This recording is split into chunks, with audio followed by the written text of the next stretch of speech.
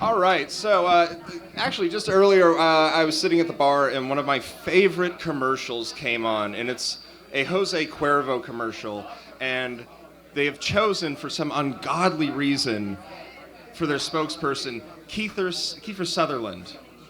Which, if you recall, this guy is like the poster child for public intoxication and DUIs. So I'm really trying to figure out what the thought process is here for having that as a spokesperson for alcohol. Like, I don't always drink and drive, but when I do, I'm sauced on Cuervo. Yeah, I like that. I also take 3 sheets to the wind. That's another fun one. So I have an incredibly boring job. I work at a text editing company and SEO. And the second I say SEO, I can immediately see the eyes glaze over. Search engine up immediately. And it's a really, really special hell for a writer because I want to know what Dr. Menglian Monster thought it would be a good idea. Let's take a poet, put him in a windowless room, and make him read horribly batshit boring articles on tax prep firms and chiropractic clinics for 8 hours a day. It's just soul crushing. But some of the people that I work with are interesting characters. We have this new guy working there, and he's really sweet. The few times I've talked with him, he's been great, on point. But every once in a while, I look up from my desk and I see him, and this is what he does.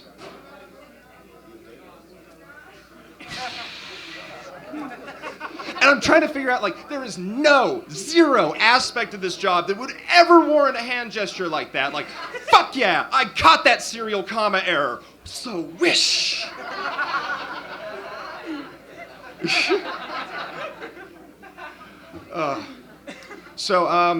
I'm a little nervous about telling this joke.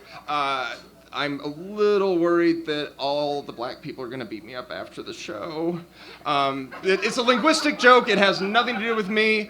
When I was in China, there are 2 words that you hear constantly that you have to use every day. Jigga, which means this, and nigga, which means that. And it really throws you off the second you get off the plane. Because lum cup some god nigga la. You go, what?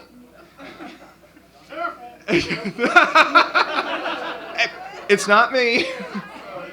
but the Chinese people that I worked with, occasionally they break out of English and they lum cup hum sai god nigga la, and we're like, hey, that is incredibly offensive. We say African American. And we got all the office girls like getting into it, like lum cup some guy la African American la. All right, so, and to change it up a little bit, I've been writing a series of sci-fi themed haikus. So, haikus, if you will. So hopefully if you get the reference, I've just been really enjoying these. Twin suns overhead, sand raiders walk in straight lines to hide their numbers. He says, how much for the droids? The Jawa looks up, says, Utini.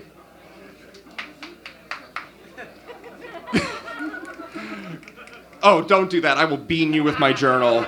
None of that beat poetry shit. Good Lord. Gliding over mud on Dagobah, my X-Wing floats, a steel crane. All right, anyone Doctor Who fans? All right. My doctor is 10, the oncoming storm, his hair coiffed in perfect licks. Tennant is pure bliss. The warble of his sonic is also pure bliss. The Dalek rises, its plunger pointed towards me, cries, exterminate. All right. We'll do a couple more of these. They're pretty short. A madman arrived in a blue box out of time. He said, allons-y.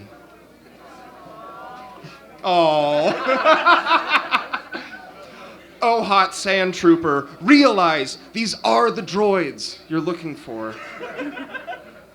A couple Battlestar Galactica ones. The Battlestar flies the way an albatross flies through black starlit seas. Starbuck speeds in front of Apollo, a comet racing god. And we'll end with a Firefly one. No one watches Firefly. We have Doctor Who. There we go. In the words of Mal, if someone tries to kill you, you kill them right back. All right, thank you.